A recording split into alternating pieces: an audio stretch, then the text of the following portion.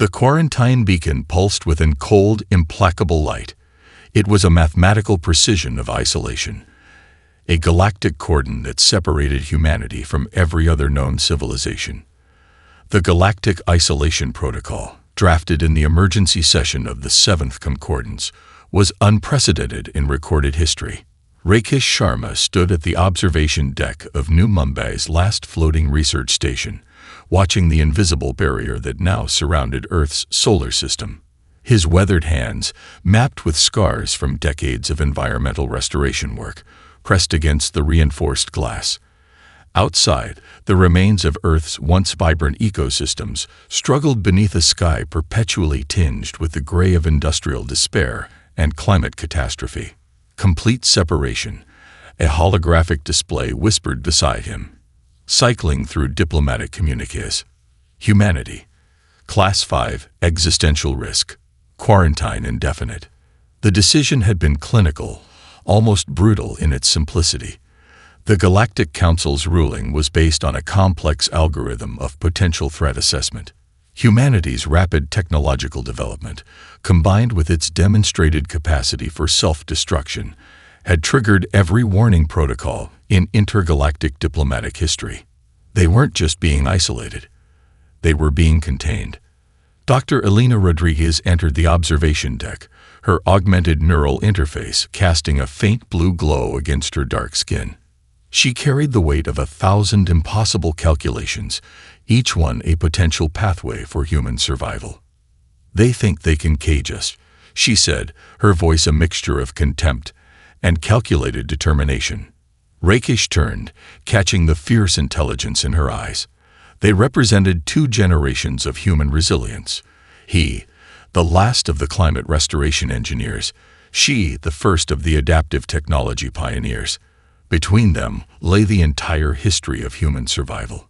The quarantine meant more than just physical isolation. Communication channels had been systematically shut down. No incoming transmissions, no outgoing signals. Earth was now a sealed bubble, cut off from the vast network of galactic civilizations that had watched its struggles for decades. Somewhere in the vast bureaucratic chambers of the Galactic Council, Ambassador Xelterra reviewed the final isolation protocols. The holographic displays showed Earth as nothing more than a red-coded planetary system, marked with warning signs and probability matrices of potential extinction. What the Council didn't understand was the nature of human adaptation. Rakesh understood something fundamental. Isolation was not a punishment. It was an opportunity. "They've given us something precious," he said to Elena, a slow smile breaking through his weathered features. "They've given us time." Unobserved, uninterrupted, the quarantine beacon continued its relentless pulse, a heartbeat of separation that the Galactic Council believed would be humanity's final rhythm. They saw a species on the brink of collapse, a civilization too dangerous to be allowed continued contact with the broader galactic community. They did not see what was truly happening beneath the surface. Humanity was not dying. Humanity was preparing. The intervention team arrived with the precision of a surgical strike, their vessel a gleaming tear in the fabric of the quarantine barrier. Ambassador Xelterra, a being of pure crystalline intelligence, represented the pinnacle of diplomatic evolution. Generations of conflict resolution, millions of computational scenarios, and centuries of galactic peacekeeping had prepared her for every possible first contact scenario. Except this one. Inside the vessel, the intervention team assembled. Commander Zilrek, a biomechanical strategist, ran final calibrations on their communication systems. Linguistic matrices, empathy algorithms, and cultural adaptation protocols flickered across his neural interface. Humanity was to be assessed, their fate determined with clinical precision. They didn't know they were already being washed. Deep within the underground research complex of New Mumbai, Dr. Elena Rodriguez smiled. The moment the intervention vessel breached the quarantine barrier, her team's most intricate trap began to spring. "Incoming transmission," whispered Jamal Ahmed, his fingers dancing across a holographic interface that looked more like a living organism than a computer system. They have no idea. The Nexus, humanity's most ambitious technological creation, was more than a communication network. It was a living, breathing system of collective intelligence that had been preparing for this moment since the quarantine began. Every communication channel, every potential point of contact, had been meticulously prepared. On the surface, humanity appeared vulnerable. Satellite images showed fragmented cities, environmental devastation, a species seemingly on the brink of collapse. The intervention team's initial reports were filled with clinical assessment. Probability of species survival, 0.02%. Recommended action, controlled humanitarian intervention. What they didn't see were the layers beneath the surface. Ambassador Xelterra's first communication attempt was a masterpiece of diplomatic engineering. Translated into hundreds of human languages, calibrated to trigger maximum empathy, the message was designed to breach any potential defensive barriers. Greetings, people of Earth. We come with understanding. We come to help. The response was instantaneous, but not what they expected. A cascade of information flooded their systems, not a message, but a complex data stream that began to systematically probe every aspect of their communication technology. It wasn't an attack. It was something far more sophisticated, a comprehensive analysis that seemed to be learning, adapting with each microsecond of contact. Commander Zilrek felt the first hint of unease. Their most advanced scanning systems were being dissected, analyzed, understood faster than they could process. "Something's wrong," he muttered, watching as their supposedly impenetrable communication barriers began to dissolve. Aboard the intervention vessel, Ambassador Xelterra remained outwardly calm, but deep within her crystalline consciousness, a new emotion began to form, something close to what humans might call concern. Rakesh Sharma watched the interaction from the observation deck of New Mumbai's research complex. Beside him, a holographic display showed the intervention vessel's systems being systematically decoded. "They came to save us," he said quietly to Alina, "but they don't understand what saving means." The intervention was happening exactly as humanity had planned, not as a rescue, but as a first contact of their own design. The trap was sprung, and the Galactic Council was about to learn that humanity played by entirely different rules. The transformation began in the places nobody was looking. Deep beneath the flooded ruins of Singapore, in a research complex that defied every known principle of sustainable engineering, Jamal Ahmed worked with a concentration that bordered on religious devotion. His latest project was more than science. It was humanity's insurance policy. Biodaptive nanocolonies spread across a series of living specimens, each modification a carefully calculated step in human evolution. These were not mere genetic modifications. They were a complete reimagining of human physiological potential. Cellular restructuring at 78.3%, a soft voice announced. The AI assistant was more of a collaborative partner than a simple tool. Around Jamal, transparent cultivation chambers housed what looked like human forms, but something was fundamentally different. Each specimen represented a solution to a specific environmental challenge. One could regulate body temperature in extreme Arctic conditions. Another could process radiation as efficiently as photosynthesis. A third could extract oxygen from environments that would kill ordinary humans within seconds. They were not just survivors. They were the next iteration of human existence.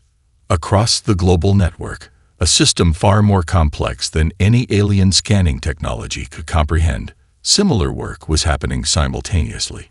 In the remnants of the Amazon research biodome, Dr. Sophia Nakamura was developing symbiotic ecosystem technologies that could transform hostile environments into livable spaces.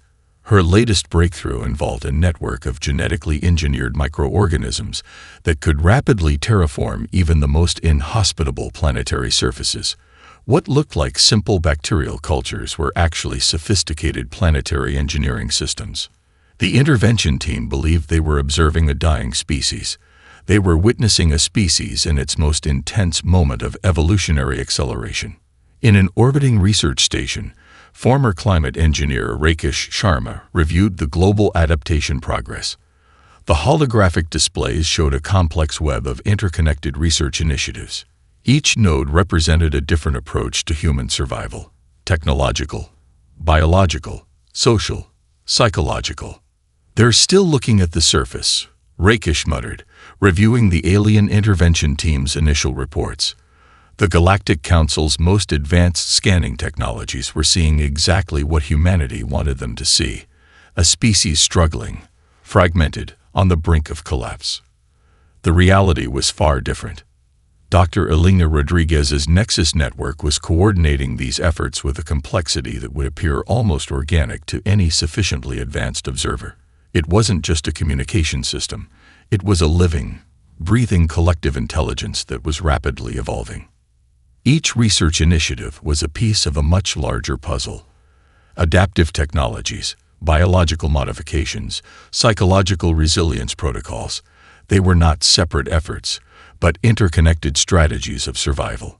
Jamal looked up from his work, a rare smile crossing his face. The specimen in the third cultivation chamber opened its eyes that reflected something beyond human. Adaptability personified. "We're not just surviving," he whispered to the empty laboratory. "We're becoming something else entirely." Outside, the quarantine beacon continued its relentless pulse, a reminder of separation, a signal of containment. Humanity saw it as something else entirely. An opportunity. A countdown. The ruins of Silicon Valley had become something else entirely. Where once gleaming tech campuses stood, now existed a living network of research complexes that defied every conventional understanding of technology. Liwi stood at the central hub of the Nexus, humanity's most ambitious technological creation. It wasn't a computer system. It was an organism. Crystalline data nodes pulsed with bioluminescent energy, each one a hybrid of organic computing and quantum information processing. Tendrils of adaptive circuitry spread across the complex like neural networks, continuously evolving, learning, transforming. Computational capacity at 487% projected baseline, whispered an AI assistant that was more collaborator than tool. The assistant, if it could be called that, was itself the distributed intelligence, existing simultaneously across multiple platforms and physical nodes. The intervention team's most advanced scanning technologies would see nothing more than background electromagnetic noise. They couldn't comprehend what was truly happening. In the subterranean levels, Dr. Aria Chen worked on something that would redefine the very concept of technological infrastructure. Her team was developing adaptive communication systems that could survive and thrive in complete isolation. Isolation is not a limitation, she often told her team. It's an evolutionary pressure. Each communication module was a living entity. They could transform, adapt, create new communication pathways where none existed before. Traditional communication relied on established networks. These systems could generate their own networks from nothing, creating communication channels out of fundamental quantum interactions. Across the global research network, similar innovations were happening simultaneously. In the Arctic Research Complex, engineers were developing materials that could self-repair, self-modify, responding to environmental challenges in real time. What looked like simple structural components were actually sophisticated adaptive systems. Rakesh Sharma reviewed the global innovation reports. Each node represented a different approach to survival: technological, biological, social. The intervention team saw fragmentation. He saw a complex, interconnected strategy of survival. The quantum communication modules developed by Liwei's team were particularly remarkable. They didn't just transmit information. They could create information pathways that didn't previously exist. Quantum entanglement taken to its most radical conclusion. A single module could generate multiple communication channels simultaneously, each one adapting to potential interference or blockage faster than any known technological system could detect. "They're still looking at the surface," Liwi muttered, watching the intervention team's scanning attempts. Their most advanced technologies were seeing exactly what humanity wanted them to see: a species struggling, fragmented, on the brink of collapse. The reality was far more complex. In the observation deck of the New Mumbai Research Station, Elena Rodriguez watched the Global Innovation Network. Each point of light represented a research initiative, a potential solution, a pathway to survival. "We're not just surviving," she whispered. "We're rewriting the rules of survival itself." The quarantine beacon continued its relentless pulse outside, a reminder of separation, a signal of containment. Humanity saw it differently. An invitation, a challenge. The first signs of change were subtle, almost imperceptible. Maria Gonzalez stood on the observation deck of what was once called New Mumbai, now a living, breathing ecosystem of human adaptation. The city was no longer a fixed point on a map, but a dynamic, mobile entity that could reconfigure itself in response to environmental challenges. Entire urban centers had become something entirely new, not just smart cities, but adaptive organisms. Modular infrastructure units moved like cellular networks, connecting and disconnecting with mathematical precision. What appeared chaotic to an outside observer was actually a highly sophisticated system of collective survival. Buildings could detach, relocate, and reconnect. Entire urban populations could migrate without disruption, carrying their infrastructure with them like a technological exoskeleton. "Mobility is survival," Maria would tell her team. "Rigidity is death." The Global Communication Network, the Nexus, coordinated these massive urban transformations. Each movement was a calculated response to environmental, social, and potential threat scenarios. Entire populations could relocate within hours, leaving behind nothing but adaptive restoration systems that would gradually transform abandoned areas into viable ecosystems. In the Arctic Research Complex, Dr. Sophia Nakamura watched the global migration patterns. Her environmental restoration technologies worked in perfect synchronization with the mobile urban systems, where other civilizations saw destruction. Humanity saw an opportunity for complete reinvention. Rakesh Sharma's earlier work in climate restoration had evolved into something far more radical. The adaptive technologies they were developing weren't just about surviving environmental challenges. They were about transforming those challenges into opportunities.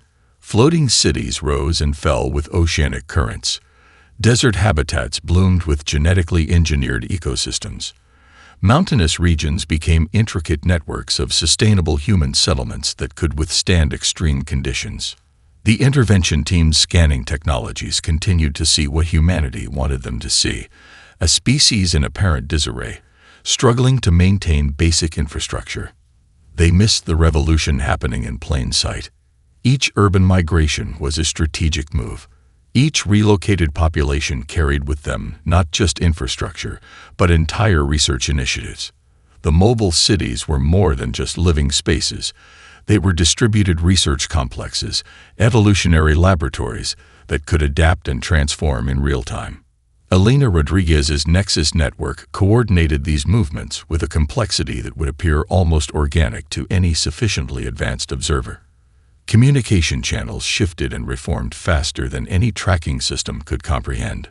"We're not just moving," Maria explained during a global strategy session. "We're evolving." The quarantine barrier that was meant to contain humanity had become something else entirely. Not a prison, but an incubation chamber for a species in the most intense moment of collective transformation. In the orbital research station, Lai Wei watched the global migration patterns. Each movement was a calculated step in a much larger strategy. Humanity was not just surviving. It was preparing for something far beyond mere survival. Outside, the quarantine beacon continued its relentless pulse, a reminder of separation, a signal of containment. Humanity saw it differently. An opportunity. A beginning. The breakthrough came without fanfare. Commander Eric Solomon stood in the cavernous assembly hall of the Adaptive Fleet Foundry, surrounded by what could only be described as living vessels. These were not spacecraft in any traditional sense. They were biological technological hybrids that defied every known principle of galactic engineering. Each vessel was a complex organism, part machine, part living system. Neural networks pulsed beneath semi-translucent hull membranes. Adaptive skin could reconfigure its molecular structure to respond to environmental challenges, heal damage, or transform its entire physical configuration. "We're not building ships," Eric told his design team. "We're cultivating explorers." The intervention team's most advanced scanning technologies would see nothing more than background electromagnetic noise. They couldn't comprehend what was truly happening, a complete reimagining of technological existence. Dr. Elena Rodriguez's Nexus network coordinated the vessel development with a complexity that would appear almost sentient to any sufficiently advanced observer. Each design was a distributed intelligence, capable of learning, adapting, evolving faster than any traditional technological system. In the orbital research station, Lai Wei analyzed the final integration protocols. The vessels were more than transportation. They were living embodiments of human potential, capable of generating their own fuel, repairing themselves, adapting to environments that would destroy conventional spacecraft. Jamal Ahmed's biological modification research had found its ultimate expression here. The vessels incorporated adaptive physiological systems, developed from his earlier human adaptation experiments. They could survive and thrive in environments that would obliterate traditional life forms. "Observation is limitation," Rakesh Sharma muttered, reviewing the global development reports. The intervention team saw fragmentation. He saw a complex, interconnected strategy of survival and exploration. The first vessel, nicknamed Prometheus by the design team, represented more than a technological achievement. It was a statement of intent. Its maiden test run would be a message to the Galactic Council, not a declaration of war, not a plea for understanding, but a demonstration of what humanity had become. Eric Solomon watched the final integration sequence. The vessel's neural network came alive, not with the cold precision of machine intelligence, but with something far more dangerous: curiosity, adaptability, potential. Ready for launch sequence, the vessel's intelligence announced. Its voice was neither fully machine nor fully human, a hybrid communication that reflected the nature of its own existence. The intervention team's scanning technologies continued to miss the fundamental transformation happening before their eyes. They saw what humanity wanted them to see: a species struggling to maintain basic technological infrastructure. They missed the revolution happening in plain sight. Maria Gonzalez, watching from the New Mumbai Research Complex, understood the true significance of the moment. This was more than a technological breakthrough. It was the first step of a species preparing to write its own destiny. The quarantine beacon continued its relentless pulse outside, a reminder of separation, a signal of containment. Humanity saw it differently. An invitation, a challenge, the first step of an exit. The first strike was not a moment of violence. It was a demonstration. Captain Sarah Martinez stood on the bridge of the Prometheus, her vessel more alive than mechanical. The adaptive hull rippled with anticipation, neural networks humming with a collective intelligence that defied traditional understanding of spacecraft and consciousness. They had studied the Galactic Council's infrastructure for decades, not through conventional intelligence gathering, but through the most sophisticated networked analysis humanity had ever conceived. Every communication channel, every diplomatic pathway, every technological infrastructure had been mapped, understood, and prepared for. Target locked, the ship's intelligence announced. Its voice was a harmony of human and machine, neither fully organic nor completely artificial. The Galactic Council's most advanced early warning systems never saw it coming. Not an attack, a revelation. Quantum communication channels that the Council believed were secure began to dissolve, not through brute force hacking, but through a complete reimagining of communication infrastructure. The Nexus, humanity's distributed intelligence network, began to demonstrate capabilities that redefined the very concept of information transfer. Entire diplomatic communication networks collapsed, not in destruction, but in transformation. Secure channels became transparent. Classified databases became open books. The Council's most guarded secrets unfolded like origami, revealing themselves with mathematical precision. Lai Wei watched from the orbital research station, a rare smile crossing his face. This was not about warfare. This was about communication, on humanity's terms. "We're not invading," he transmitted to the global network. "We're explaining." Each revelation was carefully curated. The Prometheus and its sister vessels were not weapons of destruction, but instruments of understanding. They demonstrated technological capabilities that made the Council's most advanced systems look like primitive tools. Adapted vessels moved through restricted space zones as if they were breathing. Quantum communication networks generated pathways that shouldn't exist. Biological technological systems adapted faster than any tracking technology could comprehend. Rakesh Sharma understood the deeper strategy. This was not about conquest. This was about showing the Galactic Council a fundamental truth. Humanity was no longer asking for permission to exist. Dr. Elena Rodriguez coordinated the global response. The Nexus network transformed each interaction into a learning experience, each communication channel a potential pathway of mutual understanding.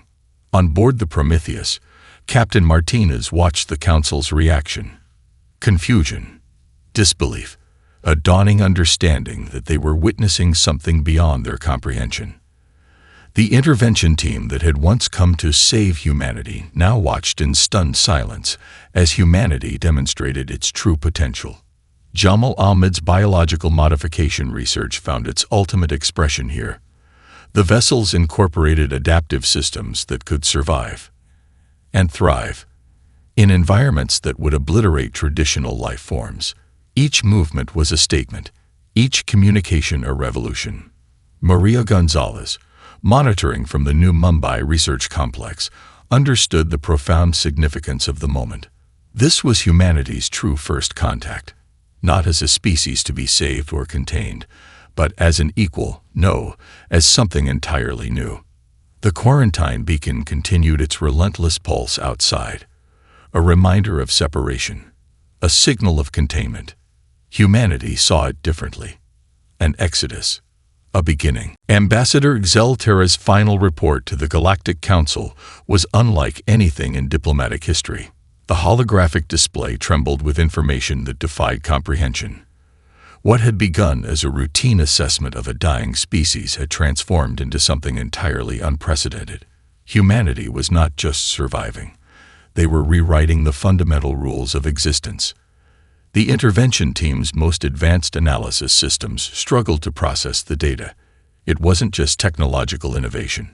It was a complete reimagining of what a civilization could be. Rakesh Sharma watched from the New Mumbai Research Complex, the weight of decades of preparation evident in his eyes. This moment was the culmination of humanity's most ambitious project, not just survival, but transcendence. Dr. Elena Rodriguez's Nexus network had become something beyond a communication system. It was a living, breathing collective intelligence that had transformed every aspect of human existence. Each node was a potential pathway of evolution, each communication channel a bridge to something entirely new. The adaptive vessels developed by Commander Eric Solomon were spreading across previously unexplored regions of space. They were not conquering. They were exploring, transforming, becoming. Jamal Ahmed's biological modification research had found its ultimate expression. Humans were no longer confined to a single biological paradigm. They had become adaptable, transformative beings capable of surviving in environments that would obliterate traditional life forms. The Galactic Council's quarantine, intended to contain humanity, had instead created the perfect incubation chamber for a species' most radical transformation. "They wanted to save us," Maria Gonzalez muttered, reviewing the final Exodus protocols. "They didn't understand we were saving ourselves." Lai Wei's technological innovations had created communication pathways that redefined the very concept of information transfer. Quantum networks that could generate communication channels where none existed before. Adaptive systems that learned and evolved faster than any tracking technology could comprehend. The first wave of adaptive vessels moved through restricted space zones as if they were breathing. Each movement was a statement, each journey a demonstration of humanity's newfound potential. Ambassador Xelterra's report contained a fundamental admission that would echo through galactic diplomatic history. Humanity was no longer a species to be contained, studied, or saved. They had become something else entirely. Not a civilization. An ecosystem of potential. A living, breathing network of adaptation and possibility. The quarantine beacon that had once symbolized separation now became a marker of humanity's first step into a larger universe, not as conquerors, not as survivors, but as something entirely new. Captain Sarah Martinez stood on the bridge of the Prometheus, watching the vast expanse of space unfold before her. The ship, part machine, part living organism, pulsed with a collective intelligence that was both human and beyond human. "We're not running away," she transmitted to the global network. "We're running towards something the rest of the galaxy can't even imagine." The adaptive vessels spread across the universe like seeds of potential, each one a testament to humanity's most profound capability. Not survival. Transformation. An exit that was truly a beginning.